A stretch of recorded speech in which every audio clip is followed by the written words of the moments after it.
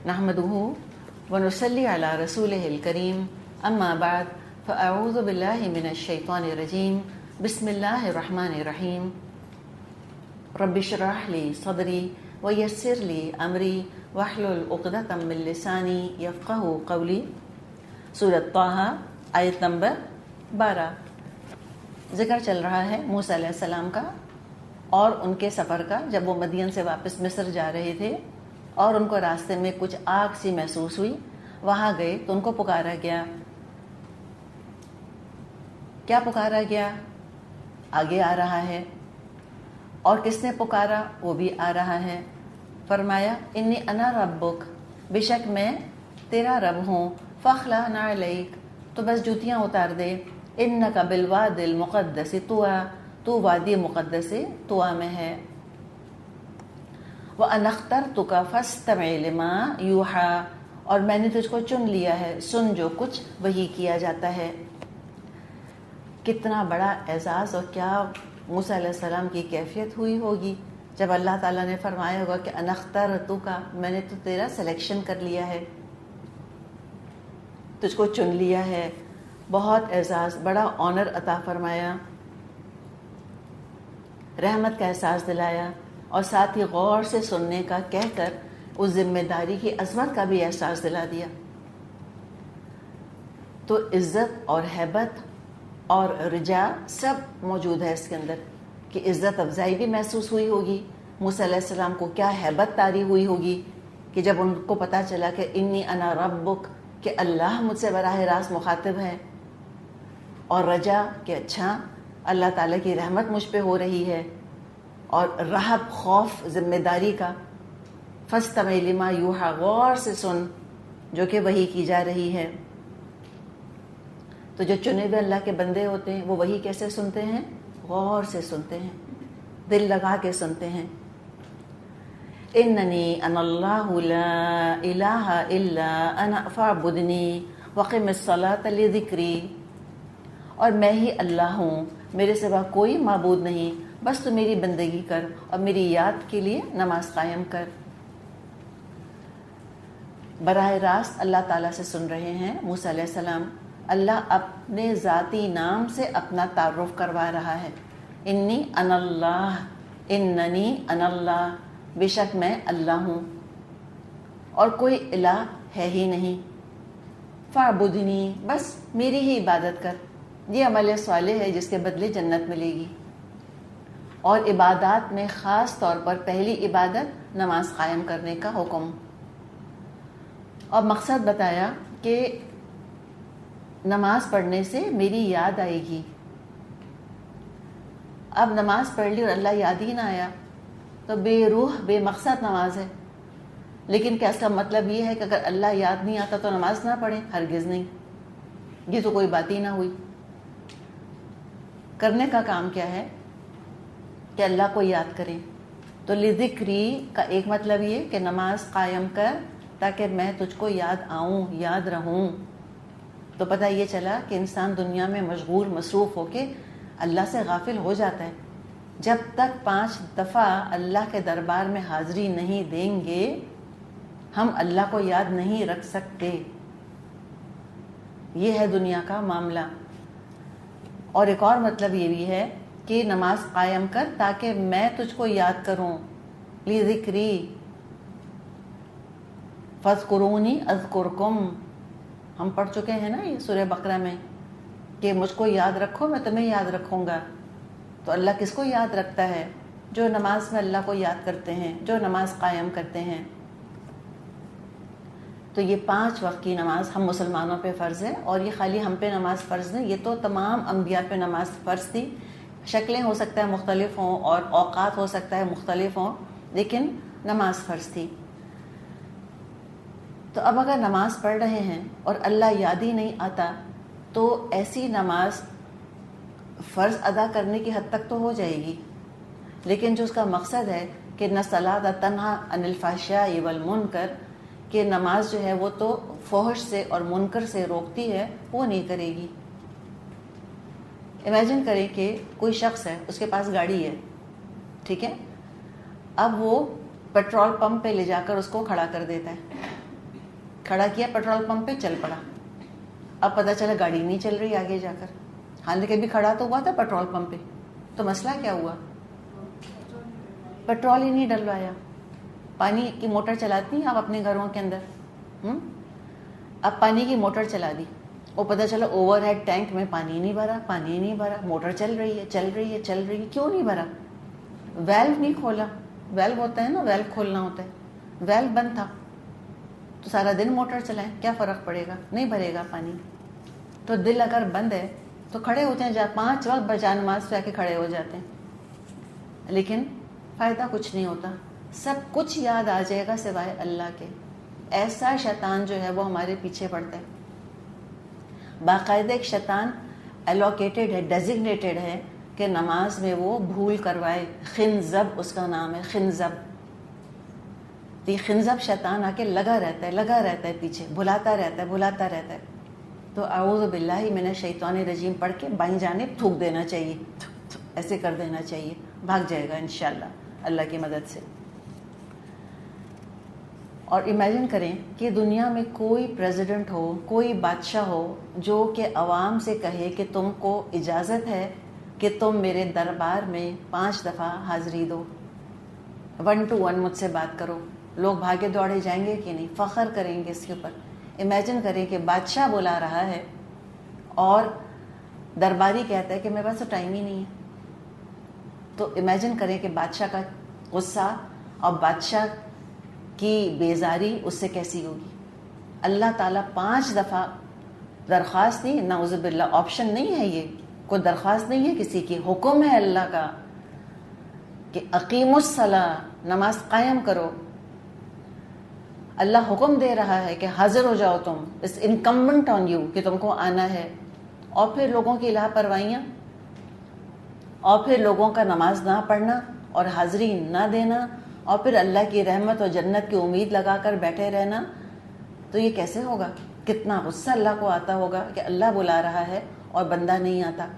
ہم ایک معمولی باس کے بارے میں نہیں سوچ سکتے کہ باس آفس میں بلائے اور سب آرڈینیٹ اور جونیئر جو ہے وہ حاضر نہ ہو، اور پھر چاہے کہ میرا پروموشن بھی ہو جائے، انکریمنٹ بھی مل جائے اور ترقی بھی میری ہو جائے اور باس کا چہیتا بھی ہو جاؤں. کچھ نہیں ہونے والا، ہو سکتا ہے نوکری سے ہی نکال دیا جائے. تو یہ سوچیں ذرا اس طرح کہ یہ نماز کا ضائع کرنا اور اس سے لاپرواہی برتنا، یہ ہم نے کیا اللہ کی قدر کی ہے، کیا اندازہ لگایا ہے اللہ کا. ہر کام چھوڑ کے نماز پڑھیں اور واقعات دیکھیں جو آتے ہیں لوگوں کے نماز کے بارے میں.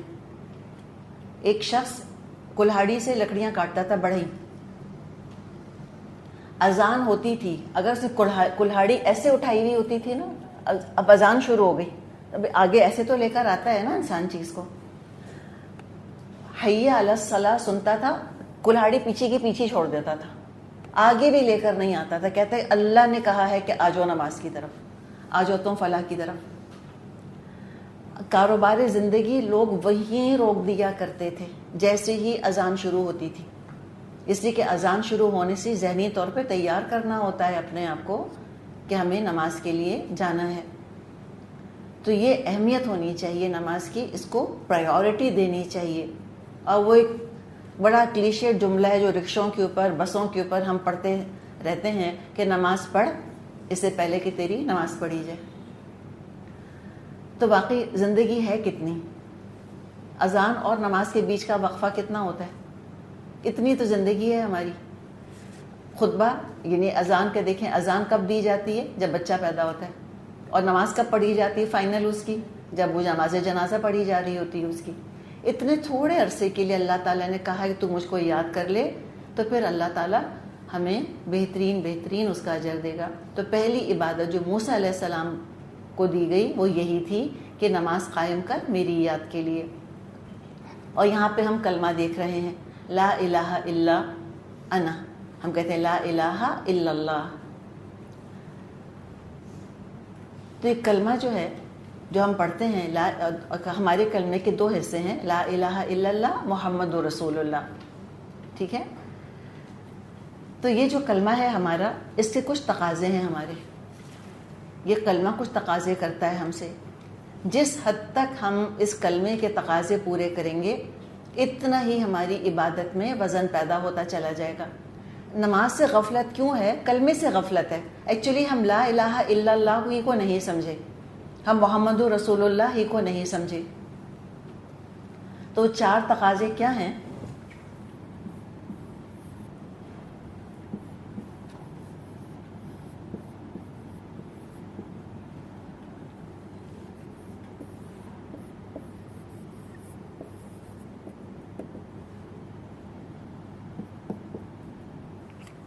کلمے کے 4 تقاضے: تصدیق، تعظیم، الحلاوت، حلاوہ حلوہ سمجھتی ہے مٹھاس، اور الحریہ، حریہ سمجھتی ہیں جہاد حریت، کشمیر لبریشن فرنٹ وغیرہ، ہم جو حریت کی بات کرتے ہیں. حریت کا مطلب کیا ہوتا ہے؟ فریڈم، آزادی. تو تصدیق کیا ہے؟ دل کی گہرائی سے کلمہ پڑھنا کہ لا الہ الا اللہ، کوئی معبود نہیں سوائے اللہ کے. نہ دنیا معبود ہے، نہ لوگ معبود ہیں، نہ میرا نفس معبود ہے، نہ دولت معبود ہے، نہ رشتے معبود ہیں. وہ جو اللہ تعالیٰ نے 8 محبتیں گنوائی ہیں نا سورہ توبہ میں آیت نمبر 23 میں، ان کو یاد کر لیں. 23 کہ 24، آیت 24 ہے شاید. وہ ساری محبتیں، اور جو ہم نے سورہ آل عمران میں پڑھا تھا، زُيِّنَ لِلنَّاسِ حُبُّ الشَّهَوَاتِ مِنَ النِّسَاءِ وَالْبَنِينَ وَالْقَنَاطِيرِ الْمُقَنطَرَةِ آخر تک. تو دل کی گہرائی سے کہنا کہ ان میں سے کوئی معبود نہیں ہے، بس اللہ معبود ہے. جو دل کی گہرائی سے تصدیق نہیں کرے گا منافق ہوگا. پھر تعظیم، کہ اس کی عظمت ہے، اندازہ ہو، اس کی ہیبت ہونی چاہیے دل کے اوپر، خشیت آنی چاہیے، دل کے اندر رہب ہونا چاہیے، خوف ہونا چاہیے کہ کتنی عظیم ہستی ہے اللہ. جو تعظیم یعنی اس کی عظمت کو نہیں سمجھے گا، عبادت کی عظمت کو نہیں سمجھے گا اور بدعت ایجاد کرے گا، اللہ کی مرضی کو ایک طرف رکھ دے گا، اللہ کے بتائے ہوئے طریقوں کو جو نبی صلی اللہ علیہ وسلم سے ہم کو ملے ہیں ان کو ناکافی سمجھے گا، غیر اہم سمجھے گا، اور اپنی طرف سے ایڈیشن کرتا چلا جائے گا، بدعت ایجاد کرتا چلا جائے گا. اس سے کہ سچی بات ہے کہ ہم لا الہ الا اللہ کا حق ادا کر ہی نہیں سکتے جب تک ہم یہ نہ کہیں کہ محمد رسول اللہ، کہ محمد اللہ کے رسول ہیں. ہم عبادت نہیں کر سکتے، ہم توحید سمجھ ہی نہیں سکتے جب تک کہ ہم نبی صلی اللہ علیہ وسلم کو اللہ کا رسول نہ مانیں اور ان کی اطاعت نہ کریں. تو تعظیم نہیں کرے گا بدعت ایجاد کرے گا.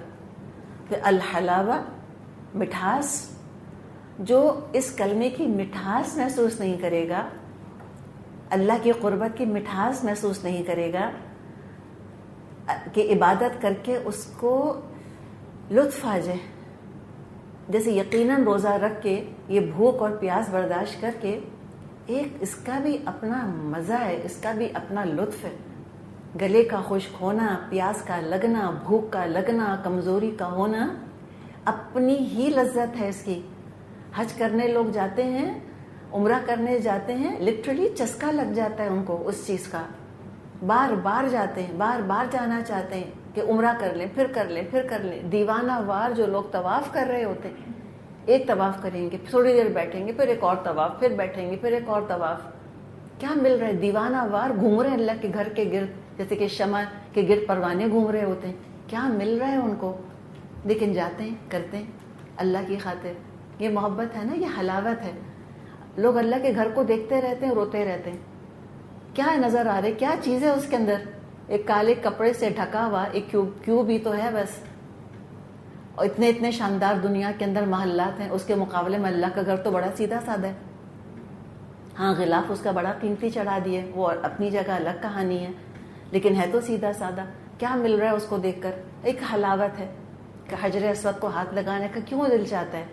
حلاوت ہے، ایک لطف آتا ہے اس کے اندر. تو یہی چیز زکوٰۃ دینا یا صدقہ دینا، اللہ کے نام پر کسی اور کو دے دینا، اس کا اپنا ہی مزہ ہے، اس کا اپنا ہی لطف ہے. تو ایمان کی مٹھاس ہے یہ. نماز کے اندر حلاوت ہونی چاہیے، لطف ہونا چاہیے. ایڈکٹیو ہوتی ہے نماز بھی، نماز نہ کوئی پڑھے تو چین نہ ہے اس کو. اور یقیناً الحمدللہ ثم الحمدللہ آپ نماز کی پابند ہیں. کوئی زبردستی آپ کو پکڑ کر بٹھا دے کہ کہ تم مغرب کی نماز نہیں پڑھ سکتی، آپ کو لگے گا جان نکل رہی ہے، جیسے لگے گا نا. تو یہ ہے حلاوت، یہ ہے مٹھاس کہ عبادت کیے بغیر چین نہیں آتا. اور جو بھی عبادت کی حلاوت کو اور یہ توحید کی حلاوت کو اور اللہ کے قرب کی مٹھاس کو محسوس نہیں کرتا، پھر وہ دکھاوا کرے گا، ریاکاری کرے گا، وہ کہیں اور سے مزہ تلاش کرے گا، کوئی اور فلیور ڈالنے کی کوشش کرے گا. دیکھیں جس نے اوریجنل گلاب نہیں سونگا وہ ایسنس سے ہی خوش ہو جاتا ہے. نقلی ہوتا ہے نا ایسنس، تو مین میڈ چیز ہے. ہمیں دین کا ہمیں خالی فلیور نہیں چاہیے، ہمیں وہ آرٹیفیشل ایسنس نہیں چاہیے، ہمیں اصل مٹھاس چاہیے، اس کی اصل حلاوت. اور دل کو دل سے راہ ہوتی ہے، پھر دل کو کھولیں اللہ کے لیے. تو یہ حلاوت ہے، یہ ہے کلمے کا تقاضا. اور حریت، جو گناہوں کے بوجھ سے آزاد نہیں ہونا چاہے گا عبادت کر کے، وہ کہے گا عبادت اپنی جگہ اور گناہ اپنی جگہ. چلو میٹر زیرو ہو گیا حج کرنے کے بعد، نماز پڑھنے کے بعد تو ایسا ہو گیا میں جیسے کہ نہر سے نہا کر نکلا، ساری گندگی دور ہو گئی، میل کچیل چلا گیا، چلو پھر سے شروع کر دیتے ہیں فسق و فجور. تو جو گناہوں کے بوجھ سے آزاد نہیں ہونا چاہے گا پھر وہ فاسق اور فاجر بنے گا، وہ امپیونٹی کے ساتھ اللہ کی حدوں کو توڑے گا. تو اللہ تعالی ہمیں توفیق عطا فرمائے کہ ہم اس کو سمجھ سکیں کلمے کے کیا کیا تقاضے ہیں. اور کیا فرمایا پھر اللہ تعالیٰ نے، ان الساعۃ آتیۃ، قیامت کی گھڑی ضرور آنے والی ہے. اکاد اخفیہا، میں اس کو مخفی رکھنا چاہتا ہوں. لتجزا کل نفس بما تسعی، تاکہ ہر متنفس اپنی سعی کے مطابق بدلہ پائے. تو یہ بھی ساتھ کیا بتا دیا کہ توحید اور عبادت یعنی اللہ کو راضی کرنے کا صلہ ہو سکتا ہے دنیا میں ملے، ہو سکتا ہے نہ ملے، دونوں پاسبلٹیز ہیں. لیکن آخرت تو آنے ہی والی ہے. آتیۃ اسم الفاعل آیا ہے یہاں پر، پرزور انداز اختیار کیا گیا، تاکید کا پہلو نمایاں ہے کہ کوئی شک شبہ نہ رہے کسی کو، سننے والے کو. موسیٰ علیہ السلام کو تو کہاں سے شک ہوتا، انہیں کیوں شک ہوتا، لیکن باقیوں کو بھی بتا دیا، ہم سب کو بھی، کہ تو آنے والی ہے قیامت، لیکن وقت نہیں پتا کسی کو. اور یہ بڑی پیاری بات ہے کہ اکاد اخفیہا، کیا کہہ رہا ہے اللہ تعالیٰ؟ کادا یکادو کا مطلب قریب ہونا ہے نا. یکاد البرق یخطف ابصارہم، پڑھا تھا نا، قریب ہے کہ بجلی ان کی آنکھوں کی چمک لے جائے. تو یعنی اللہ تعالیٰ فرما رہا ہے کہ ہو سکتا تھا کہ میں اس کو چھپا لیتا. کس طرح چھپا لیتا اللہ تعالیٰ قیامت کو؟ کہ نشانیاں بھی نہ بتاتا. جیسے وقت چھپایا، اس کا قرب بھی اللہ چھپا دیتا. لیکن اللہ کی رحمت ہے کہ اللہ نے علامات اور نشانیاں بتا دی. سورہ محمد میں آتا ہے فقد جاء اشراطها، کہ اس کی تو نشانیاں آ گئی ہیں. یہ بھی ممکن تھا اللہ تعالیٰ قیامت کے واقع ہونے کو بھی چھپا لیتا، بتاتا ہی نہیں اللہ تعالیٰ کہ قیامت آئے گی. لیکن بہت کم زندہ دل لوگ ایسے ہوتے کہ جو اللہ کی عبادت کرتے، کہ اللہ نے پیدا کیا ہے ہم کو، تب بھی مجھ کو اللہ ہی کی عبادت کرنی ہے. جنت کا نہ پتہ ہوتا، دوزخ کا نہ پتہ ہوتا، کھڑے ہو کے اللہ کے سامنے حساب دینے کا خوف نہ ہوتا، تو مجھے بتائیں کتنے ہوتے ہم میں سے جو کہ ہم اللہ کی عبادت کرتے؟ نہ ہونے کے برابر، بہت کم ہوتے. پھر بھی یقیناً ہوتے، پھر بھی ہوتے، لیکن بہت کم. ابراہیم تو پھر بھی کرتے، محمد صلی اللہ علیہ وسلم تو پھر بھی کرتے، ابو بکر تو پھر بھی کرتے، لیکن بہت کم ایسے ہوتے. تو اللہ تعالیٰ نے بتا دیا کہ قیامت آئے گی، تو اللہ تعالیٰ کی عبادت لوگ دل سے کریں. لیکن اللہ نے ایگزیکٹ ٹائم نہیں بتایا اس کا کب آئے گی، لیکن قیامت کا تفصیل سے ذکر بتا دیا ہے کہ پوری الگ زندگی ہے جو آئے گی، اور انسان اپنا محاسبہ کرتا رہے. ہر جان جس نے جو کوشش کی ہے، لتجزا کل نفس بما تسعی، جس نے جو کوشش کی ہے اس کی جزا اس کو دے دی جائے گی. فلا يصدنك عنها من لا يؤمن بها واتبع هواه فترضى، بس کوئی ایسا شخص جو اس پر ایمان نہیں لاتا اور اپنی خواہش نفس کا بندہ بن گیا ہے، تجھ کو اس گھڑی کی فکر سے نہ روکے، ورنہ تو ہلاکت میں پڑ جائے گا. تو فلا یصدنک عنہا، اب یہ ہا کی ضمیر پر علماء نے بات کی ہے کہ کس کی طرف جا رہی ہے. ہا کی ضمیر صلاۃ کی طرف جا رہی ہے یا آخرت کی طرف جا رہی ہے. موسیٰ علیہ السلام کو پرزور حکم دیا گیا کہ کافروں کی طرف سے آنے والے مسائل، آنے والی آزمائشیں کہیں تم کو ایمان اور عمل صالح سے نہ روک دیں. ان کی تعداد، ان کی شان و شوکت کتنی بھی ہو، بہرحال وہ گمراہ ہیں. فلا یصدنک عنہا، ہرگز نہ روکنے پائے اس سے. کس سے؟ قیامت کے بارے میں سوچنے سے یا نماز سے. کون نہ روکنے پائے؟ من لا یؤمن بہا، وہ جو کہ آخرت پر یقین نہیں رکھتا یا جو نماز پڑھنے پر یقین نہیں رکھتا. لیکن ایمان کا لفظ ہمیں کیا بتا رہا ہے کہ امکان یہ ہے کہ آخرت کا یہاں پر ذکر کیا جا رہا ہے. اسی کہ دیکھیں نماز پر ایمان تو نہیں لاتے نا، ایمان تو آخرت پر لاتے ہیں. تو ایسے لوگوں کی باتوں میں مت آنا.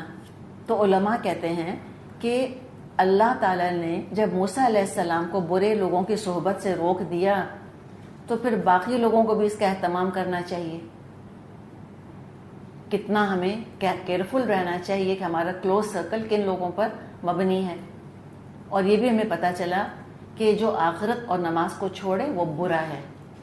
جو آخرت کو یاد نہیں رکھتا اور جو نماز نہیں پڑھتا، ایکول ٹو واٹ؟ بری صحبت. غافل لوگوں میں بیٹھ کے انسان بھی غافل ہو جاتا ہے. اچھا، اب ذرا بات کا رخ پلٹ رہا ہے. اب اللہ تعالیٰ کچھ بات چیت کر رہا ہے مزید موسیٰ علیہ السلام سے. فرمایا وما تلک بیمینک یا موسیٰ، اور اے موسیٰ یہ تیرے ہاتھ میں کیا ہے؟ اللہ کو پتا تھا ہاتھ میں کیا ہے؟ آف کورس پتا تھا، کانشیس کرنے کے لیے، ذرا شعور دلانے کے لیے. اور دوسرے، جو اب تک بات چیت ہوئی وہ بڑی پرہیبت بات چیت تھی، بڑی بھاری بات چیت تھی. اب ذرا ہلکی پھلکی گفتگو انسان کو ریلیکس کرنے کے لیے کی جاتی ہے. تو اللہ تعالیٰ نے تھوڑا سا ریلیکس کر دیا.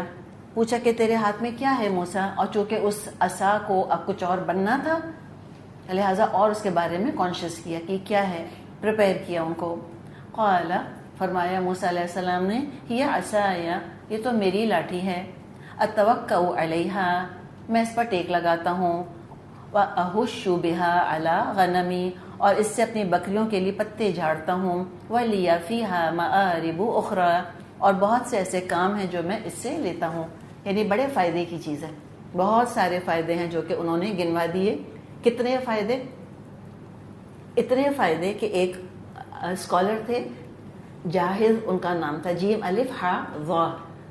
159 ہجری میں یہ بصرہ میں پیدا ہوئے تھے. جاہز بڑا مشہور نام ہے، امام جاہز.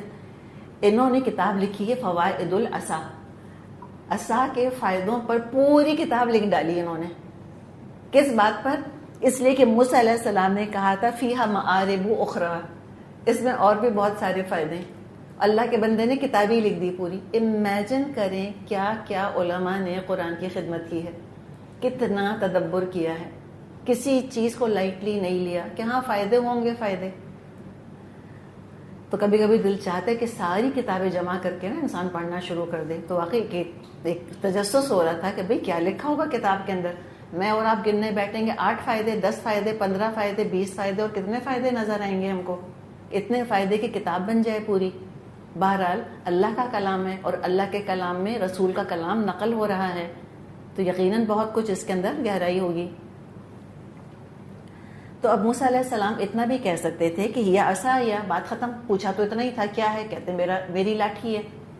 لیکن وہ کلام کی لذت، اللہ سے گفتگو کرنا، تو یہ جو اللہ سے گفتگو ہو رہی ہے یہی لذت اللہ مجھ کو اور آپ کو محسوس کرا دے. اس درجے کی تو نہیں کر سکیں گے لیکن کچھ ملتی جلتی چیز، ہلکی سی، ہلکا سا فلیور نماز میں اللہ ہم کو بھی دے دے.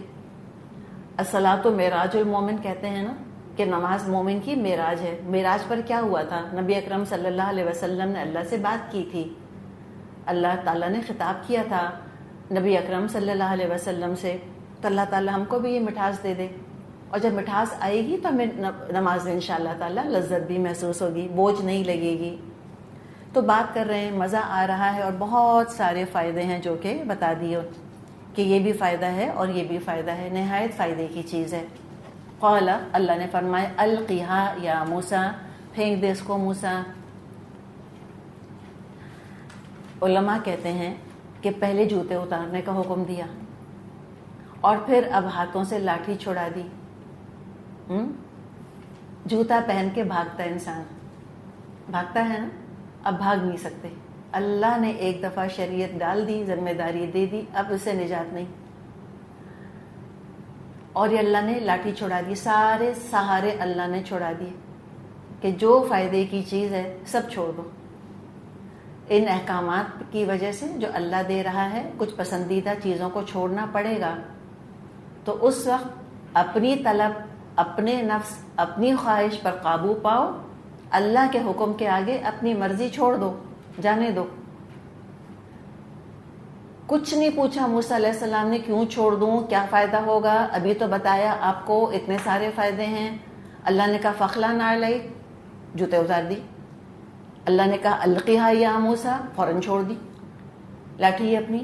یہ ہے نا سمعنا و اطعنا، ہر چیز آپ دیکھیں ہمیں کیا سبق دے رہی ہے۔ پوری نماز ہمیں کیا سبق دیتی ہے، پوری نماز ہمیں اطاعت کا سبق دیتی ہے۔ ہم حلال چیز کو بھی حرام کر لیتے ہیں اپنے اوپر نماز کی حالت میں۔ بولنا حلال ہے، ہم نہیں بولتے، حرام ہو گیا، تکبیر تحریمہ اسی لیے کہتے ہیں۔ کھانا حلال ہے، ہم نماز میں نہیں کھاتے اس لیے کہ نماز میں کھانا حرام ہو گیا ہمارے لیے۔ ایسی اطاعت کرتے ہیں، جو بولنے کو کہا وہ بولتے ہیں، جو کرنے کو کہا وہ کرتے ہیں۔ اس طرح رکوع کرنا ہے ویسے کریں گے، 2 سجدے کرنے ہیں ویسے ہی کریں گے، 4 رکعتیں پڑھنی ہیں وہی پڑھیں گے، کیا پڑھنا ہے وہی پڑھیں گے۔ کوئی ایسے نہیں کرتا کہ سجدے میں وہ سورہ فاتحہ پڑھنی شروع کر دے اور قیام کے اندر وہ تحیات پڑھنی شروع کر دے۔ جس وقت جو کہا ہے وہی کریں گے ایگزیکٹلی۔ تو پھر یہ اطاعت کا رنگ کیوں نہیں آتا باقی زندگی کے اوپر؟ جیسی نماز ہوگی ویسی ہی باقی زندگی ہوگی، اور جیسی باقی زندگی ہوگی ویسی ہی نماز ہوگی۔ انٹریکٹیو ہے دونوں چیزیں۔ زندگی نماز پہ اثر انداز ہوتی ہے اور نماز زندگی پہ اثر انداز ہوتی ہے اگر حقیقت میں نماز ہے۔ موسیٰ علیہ السلام کا طریقہ میں کیا بتا رہے ہیں کہ لگتا ہے کہ جیسے یہ تو ہوتے ہی تھے حالت نماز میں، ہر وقت جو اللہ نے کہا وہ کیا۔ تو حالت نماز تو ہماری ختم ہو جاتی ہے، کیفیت نماز ختم نہیں ہونی چاہیے۔ جہاں نماز ہم لپیٹ دیتے ہیں اس کیفیت کو بھی ساتھ لپیٹ دیتے ہیں۔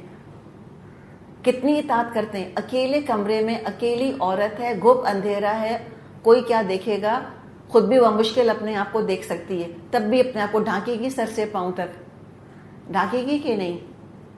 تو پھر کیا ہو جاتا ہے جب جا نماز لپٹتی اور غیر محرم کے سامنے جاتے ہیں؟ حالانکہ اللہ نے تو کوئی حکم بھی نہیں دیا قرآن کے اندر کہ عورت جو ہے وہ پوری چادر سے ڈھانک کر اپنے آپ کو ستر کا کور کر کے سر ڈھانکے اور پھر نماز پڑھے۔ لکھا ہے کہیں قرآن کے اندر؟ کہیں نہیں لکھا، تب بھی کرتی ہے عورت، کوئی نہیں پوچھتا کہ کہاں لکھا ہے قرآن کے اندر۔ لیکن جب اللہ نے کہا ہے کہ وَلَا يُبْدِينَ زِينَتَهُنَّ، ان کو چاہیے کہ اپنی زینت نہ دکھائیں، وَلَا تَبَرُّجْنَ تَبَرُّجَ الْجَاهِلِيَّةِ الْأُولَىٰ، اور جاہل عورتوں کی طرح سج دج دکھاتی مت پھرو، تو کوئی نہیں سنتا۔ تو کیا خاک اثر ہوا ہے نماز کا؟ کیا اثر ڈالا نماز کا اس نے، نماز کا زندگی کے اوپر؟ ایک ایک بال ڈھانک لیتے ہیں نماز کے اندر، اس کے بعد جب نکلتے ہیں دنیا میں جاتے ہیں تو پھر یہ آدھا سر کیوں کھلا ہوتا ہے، بال کیوں نظر آ رہے ہوتے ہیں، کیوں شفاف دوپٹے ہوتے ہیں؟ سوچنے کی بات ہے نا۔ تو اس کا مطلب ہے اللہ یاد ہی نہیں آیا، اقیم الصلاۃ لذکری ہوا ہی نہیں، نماز قائم ہی نہیں کری، صرف ایک ریچول ہے جو کہ پورا کیا، ایک فارمیلٹی سر سے اتار کر پھینکی ہے ایک بوجھ کے طور پہ۔ نہ اس کے اندر تصدیق ہے، نہ تعظیم ہے، نہ حلاوت ہے، نہ حریت ہے، کچھ بھی نہیں آیا، کلمے کے اندر ہی نہیں تھا۔ تو پھر تو it goes all the way back to the کلمہ، پھر نماز کا مسئلہ نہیں ہے، پھر کلمے کا ایشو ہے، پھر عقیدے کا پرابلم ہے۔ دیکھیں بات کہاں تک جاتی ہے، تبھی کہا ہے کہ نماز کفر اور اسلام میں فرق کرنے والی چیز ہے۔ اگر نماز حقیقت میں نماز ہے تو وہی ایٹیٹیوڈ ہوگا، اس لیول کا تو نہیں، لیکن اس سے ملتا جلتا جو موسیٰ علیہ السلام کا تھا، جو کہا وہ کرنا ہے، جو چھوڑنے کو کہا وہ چھوڑ دینا ہے۔ ایک سے ایک انسان دا علم ہوتا ہے تو جہالت کے مظاہرے کرتا ہے۔ تو پھر مجھے بتائیں، هل يستوي الذين يعلمون والذين لا يعلمون، کیا جن کو پتہ ہے وہ اور جن کو نہیں پتہ دونوں برابر ہوں گے کیا؟ جس کو پتہ چل گیا اللہ کا حکم وہ بھی نہیں بات مان رہا، جس کو نہیں پتہ وہ تو ویسے ہی نہیں مان رہا، تو فائدہ کیا ہوا؟ علم کی گٹھڑی اٹھانے کا. اللہ تعالیٰ ڈگریاں تھوڑی دیکھے گا میری اور آپ کی. اللہ ہمارے اور آپ کے فہم کے پیپر تھوڑی دیکھے گا کہ کلاس میں فرسٹ ٹائم تھی یا پوزیشن ملی تھی یا پرائز ملا تھا یا فل نمبر آئے تھے تمہارے. اللہ دیکھے گا کر کے کیا لے کر آئی ہو تم. عمل دیکھے گا اللہ تعالیٰ. تو یہ موسیٰ علیہ السلام کا طریقہ جو کہا بے چون و چرا. حالانکہ کوئی حکم بڑا تھا جوتی اتارو, کوئی بڑا حکم نہیں ہے, سمپل. لیکن مائنڈ سیٹ ہونا چاہیے جتنی شریعت ہے ہماری اتنی ہی سمپل ہے. کوئی سپر ہیومن تقاضے نہیں کیے گئے ہم سے. کوئی نہیں کہا گیا ہم سے کہ تم ہوا میں اڑو. سیدھے سیدھے احکامات ہیں, very doable, very user friendly. لیکن کریں کیا کہ نفس کو چسکا لگ گیا گناہوں کا, اس کو چھوڑنا نہیں چاہتے. یہاں عصا کی اتنی تعریفیں کی تھیں, کہا چھوڑ دو, چھوڑ دیا. پھر کیا ہوا؟ فَأَلْقَاهَا, چھوڑ دیا موسیٰ علیہ السلام نے. فَإِذَا هِيَ حَيَّةٌ تَسْعَىٰ, تو یکایک وہ ایک سانپ تھی جو کہ دوڑ رہا تھا. مردہ چیز کو اللہ نے جاندار میں بدل دیا. اب دیکھیں, یہاں رکیں اور سوچیں, اگر تو موسیٰ علیہ السلام ذرا سا بھی ہیزیٹیٹ کرتے اور وہ لاٹھی نہ چھوڑتے اور وہ سوچنا شروع کرتے اور پروز اینڈ کونس تولنا شروع کرتے کہ بھئی چھوڑوں گا تو دنیا کا کتنا نقصان ہے, اچھا میں نے ایسا چھوڑ دیا, اب واپس نیچے جاؤں گا, بکریاں کیسے چراؤں گا, پتے کیسے جھاڑوں گا, ایک کہانی چل سکتی تھی نا ذہن کے اندر. ڈیلے کر دیتے تو کیا ہوتا بتائیں؟ اس کو تو سانپ بننا تھا, انہی کے ہاتھ میں سانپ بنتی اور انہی کو ڈستی. یاد رکھیں میں اور آپ, ہم جن پسندیدہ چیزوں کو اللہ کی خاطر نہیں چھوڑتے, جب اللہ نے کہہ دیا چھوڑنے کے لیے, وہ الٹی ہم کو ہی ڈسیں گی سانپ بن کے. آزما کے دیکھ لیں آپ. ایسے واقعات ہیں کہ شوہر کی خاطر پردہ نہیں کیا کہ میرے میاں کو پسند نہیں ہے, یا کو میں کوئی سنی سنائی بات نہیں سنا رہی, آپ کو میں حقیقت بتا رہی ہوں کہ میاں بہت چاہتے ہیں, بیوی بہت حسین ہے, بہت ہی دل میں کھبی ہوئی ہے کہ میاں کی خاطر میاں کو پسند نہیں, میں نہیں کر سکتی. کچھ ایسے بات پتہ چلا کہ انہوں نے خود ہی میاں کو چھوڑ دیا. اللہ کی شان ہے, اللہ نے میاں کی محبت ہی نکال دی دل سے. میاں نے کہیں اور شادی کر لی جا کر. کیا کر سکتے ہیں بتائیں ہم؟ تو یہ مت سمجھیں ہم کہ ہم اپنے فائدے کے خود مختار ہیں کوئی. اللہ چاہے تو ان فائدے کی چیزوں کو جن کو ہم کلیجے سے لگا کے رکھتے ہیں نا, یہ دولت ہم نہیں دیتے, ہے میرا پیسہ. لوگ زیور خریدتے جاتے ہیں, زکوٰۃ نہیں دیتے. بھئی جب سیٹ خریدنے کا پیسہ ہے تو کیا زکوٰۃ دینے کا پیسہ نہیں ہے؟ اور جو زکوٰۃ نہیں دیں گے تو کیا ہوگا قیامت کے دن؟ سیطوقون ما بخلوا. حدیث میں آتا ہے کہ جو زکوٰۃ نہیں دے گا, قیامت کے دن ایک گنجا سانپ اس کے گلے میں ڈال دیا جائے گا جو اس کی باچھوں کو کاٹے گا اور کہے گا انا مالک انا کنزک, میں ہوں تمہارا مال, میں ہوں تیرا خزانہ. تو جو اللہ کہتا ہے دے دینا چاہیے, جو اللہ کہتا ہے چھوڑو چھوڑ دینا چاہیے. اللہ کی مرضی کے اوپر اپنی مرضی کو فوقیت دیتے موسیٰ علیہ السلام نقصان اٹھاتے. اور دوسرا فائدہ موسیٰ علیہ السلام کو یہ ہوا کہ اللہ نے بھی قیامت کے بارے میں بتایا تھا ان کو کہ قیامت آنے والی ہے. یہاں سر کی آنکھوں سے اللہ نے ان کو مشاہدہ کرا دیا کہ اللہ کیسے مردہ میں جان ڈال سکتا ہے. دیکھو کیسے اللہ نے اس بے جان لاٹھی کو جاندار بنا دیا. تو موسیٰ علیہ السلام کو عین الیقین حاصل ہو گیا, سر کی آنکھوں سے انہوں نے دیکھ لیا. اب کیا ہوا؟ اب ایک وہ فائدے مند چیز تھی, اس کو تو کہا چھوڑ دو. اب ایک وہ سانپ بن گئی اور وہ دوڑ رہا تھا, سانپ بھاگ رہا تھا, خوفناک خطرناک چیز, ڈسنے والی چیز بن گئی. قال خذھا, اللہ نے کہا پکڑ لو اس کو. اللہ کی شان آپ دیکھیں, اب اللہ کہہ رہے پکڑ لو, وہ سانپ ہے ڈسنے والا, اللہ کہتے ہیں موسیٰ پکڑ اس کو. یہاں تو ہم نہیں پڑھیں گے, سورہ نمل میں آئے گا کہ جب وہ لاٹھی سانپ بنی, موسیٰ علیہ السلام خوفزدہ ہو کر ایسا بھاگے تھے کہ پیچھے مڑ کے بھی نہیں دیکھا تھا. اور یاد رکھیں موسیٰ علیہ السلام کو فینٹ ہارٹیڈ نہیں تھے, ایسے نہیں تھے کاکروچ کو دیکھ کے چھلانگے مارے کرسی پہ چڑھ کے کھڑے ہو جائیں, ایسے نہیں تھے. موسیٰ تھے, ہمیں پتہ ہے علیہ السلام. کیسا خوفناک وہ سانپ ہوگا کہ موسیٰ علیہ السلام الٹے قدموں دوڑ گئے, پیچھے مڑ کے نہیں دیکھ رہے تھے. اللہ نے واپس بلایا تھا کہ موسیٰ واپس آ جاؤ, مت ڈرو تم. تو اب اللہ تعالیٰ کہہ رہے کہ نہ صرف واپس آنا ہے, پکڑنا بھی ہے اس کو. تو پتہ یہ چلا کہ اللہ کی فرما برداری میں خوف محسوس ہوگا, ڈر لگے گا, جذبات انوالو ہوں گے. اللہ رسولوں کا انسان ہونا واضح کر رہا ہے کہ سپر نیچرل روبوٹس بے حس نہیں تھے کہ تم سوچو کہ ہاں موسیٰ کے لیے آسان تھا اور میرے لیے تو بہت مشکل. نہیں. اور یہ جذبات اور یہ کیفیت سن کر پڑھ کے موسیٰ علیہ السلام کی اور عظمت بڑھ جاتی ہے دل کے اندر, اور پیار آتا ہے, اور ریلیٹ کر سکتے ہیں. تبھی اللہ نے انسانوں کو رسول بنا کر بھیجا تھا. پھر اپنے اوپر غصہ نہیں آتا اور انڈر کانفیڈنٹ نہیں ہوتا مومن. ہم کہتے ہیں ہاں بھائی موسیٰ علیہ السلام کو بھی تو ڈر لگا تھا, تو مجھے بھی ڈر لگ رہا ہے, تو کوئی بات نہیں, اللہ بچائے گا.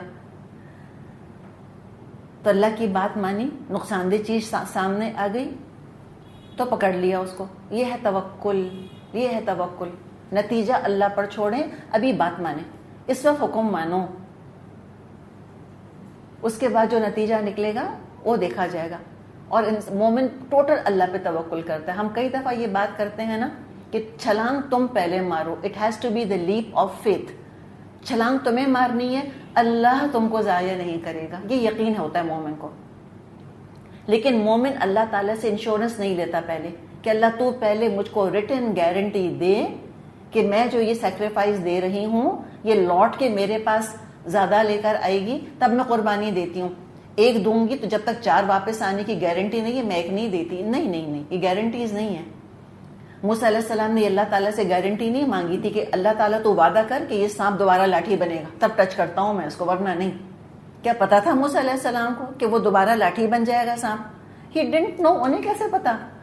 اللہ تو سانپ پکڑنے کو کہہ رہے, سانپ نظر آ رہا ہے, لیکن چیز دیکھنے میں خطرناک, خوفناک, نقصان دہ ہو سکتی ہے. اللہ کی اطاعت کی وجہ سے وہی فائدے مند بنتی ہے. 10 فائدے اللہ اس کے اندر رکھ دیتا ہے. روزے میں نہیں کھا رہے نا, نہیں پی رہے, لیکن 100 فائدے ہیں اس روزے کے اندر. بظاہر نقصان ہے, بظاہر لگتا ہے انرجی توانائی کم ہو رہی ہے, لیکن صحت دیکھیں کتنی بہتر ہو رہی. چلے آخرت تو اپنی جگہ ہے کہ الصوم لی وانا اجزی بہ, وہ تو بہت بڑی خوشخبری ہے, وہ اپنی جگہ ہے. لیکن چیز دیکھنے میں لگتی ہے کہ ہاتھ سے چلی گئی یا نقصان پہنچانے والی ہے, اللہ کے حکم کے مطابق استعمال کریں گے تو سوائے فائدے کے کچھ بھی نہیں ہوگا. فخذھا, تو اللہ نے کہا پکڑ اس کو, ولا تخف, اور مت ڈر, سنعیدھا سیرتھا الاولی, ہم اس کو عنقریب ویسا ہی کر دیں گے جیسی یہ تھی. اب اللہ نے کہا, جب انہوں نے پکڑنے کے لیے ہاتھ بڑھایا, اللہ نے کہا ہم کو ویسا ہی کر دیں گے. پھر دوبارہ وہ لاٹھی بن گئی. تو ہم جانتے ہیں کہ مصر میں جادو کا بڑا زور تھا, اس کے حساب سے اللہ نے معجزہ دیا اور پہلے سے دکھا بھی دیا کہ دیکھو ایسے لاٹھی سانپ بنے گی, کہ جب فرعون کے دربار میں وہ سانپ بنے تو وہاں موسیٰ نہ ڈریں. اس کو کہتے ہیں تربیت, اس کو تربیت کہا جاتا ہے. رسولوں نے تربیت کی ہے امتیوں کی. استاد کا کام ہے شاگردوں کو نرا علم نہیں دینا, صرف علم ان کے سروں پہ نہ دے مارنا, تربیت کرنا, تھوڑا تھوڑا کر کے علم دینا اور ساتھ ساتھ تربیت کرتے چلے جانا کہ یہ علم فائدے مند ہو, عمل میں ڈلے. تو رسولوں کی تربیت تو کوئی دنیا کا انسان کر نہیں سکتا تھا. کس نے کی رسولوں کی تربیت؟ خود اللہ نے کری, خود اللہ تعالیٰ نے تزکیہ کیا اور تربیت کری.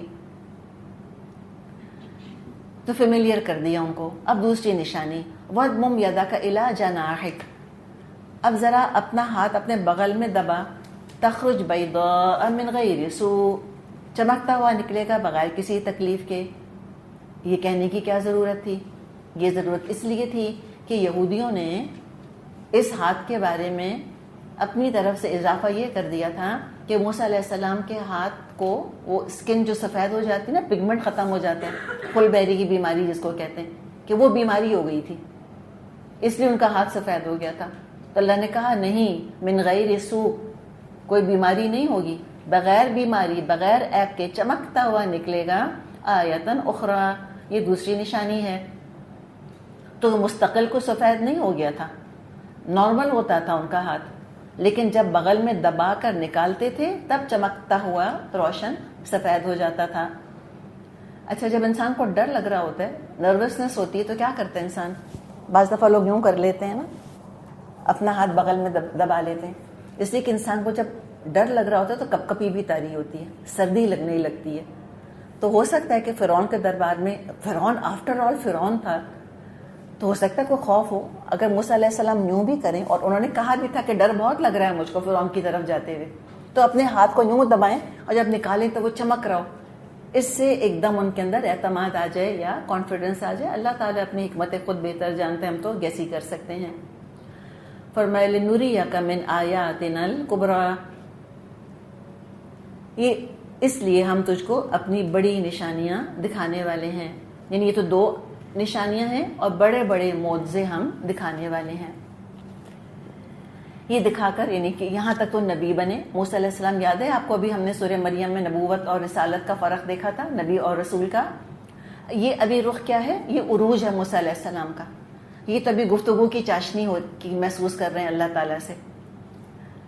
اب نزول ہے، کہاں کہ وہ اللہ تعالیٰ فرما رہا ہے کہ وَاخْتَرْتُكَ أَنَا اخْتَرْتُكَ، میں نے تجھے پسند کر لیا اپنے لیے، فَاسْتَمِعْ لِمَا يُوحَىٰ، اور اللہ تعالیٰ سے بات چیت ہو رہی ہے، اللہ کی باتیں سن رہے ہیں۔ کہاں؟ اب کہا کہ اذهب إلى فرعون، جائیے فرعون کی طرف، إنه طغى، وہ تو سرکش ہو گیا ہے۔ اب جب کہا نا اللہ تعالیٰ نے اذهب إلى فرعون، اب یہاں سے رسالت کا آغاز ہو گیا، اور اس کی سرکشی کا ذکر بہت سی آیات میں آیا ہے۔ بہت سرکش تھا فرعون، اس سے بڑی سرکشی کیا ہوگی کہ کہا کرتا تھا کہ انا ربکم الاعلی، میں ہوں تمہارا رب سب سے اعلیٰ۔ اور مصر میں جگہ جگہ اس نے دیو قامت مجسمے رکھوا دیے تھے اپنے، جو پوجے جاتے تھے۔ رسول اپنی دعوت کا آغاز ہمیشہ قوم کے لیڈرز سے کیا کرتے تھے، اگر وہ دعوت قبول کر لیں پورا معاشرہ درست ہو جائے۔ یہی اصلاح کا طریقہ ہے۔ اللہ نے کیا کہا؟ اذهب الى فرعون انه طغى، جائیے فرعون کی طرف، وہ بہت زیادہ سرکش ہو گیا۔ کیوں جائیے؟ کیا یہ کہا اللہ نے کہ جائیں اور جا کے تختہ الٹ دیں اس کا، جا کے ایک بغاوت شروع کر دیں؟ نہیں، یہ ہم نے پتہ نہیں کہاں سے یہ طریقہ سیکھ لیا ہے، بغاوت بغاوت، ریبیلین ریبیلین۔ اسلام تو اصلاح کی بات کرتا ہے، اور اصلاح کا طریقہ یہ ہے کہ جو رولنگ کلاس ہے اس کو سمجھایا جائے۔ اس سے اقتدار چھیننے کے لیے نہیں بھیجتا تھا اللہ تعالیٰ رسولوں کو کہ جاؤ جا کے اختیار چھین لو جا کے تم فرعون سے، نہیں، پھر جائیں، پھر لوگوں کو بھڑکائیں، نعرے بازیاں کروائیں، نفرت کرنا سکھائیں۔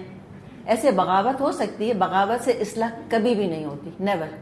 اسلام ہرگز ریولیوشن کی بات نہیں کرتا، سافٹ ریولیوشن کچھ اور چیز ہے۔ اسلام 2 چیزوں کی بات کرتا ہے۔ ہاں ریولیوشن ہے، کہاں؟ عقیدے کے اندر، عقیدے میں ہے ریولیوشن۔ آج ابھی اس وقت کہو لا الہ الا اللہ محمد رسول اللہ، ابھی کہو، شرک چھوڑو، لیکن اعمال میں ایولیوشن ہے، stage by stage by stage, gradually بدلیں گے تمہارے اعمال۔ عادتیں پکی ہوتی ہیں، پختہ ہوتی ہیں، اوور نائٹ تھوڑی چینج ہوتی ہیں۔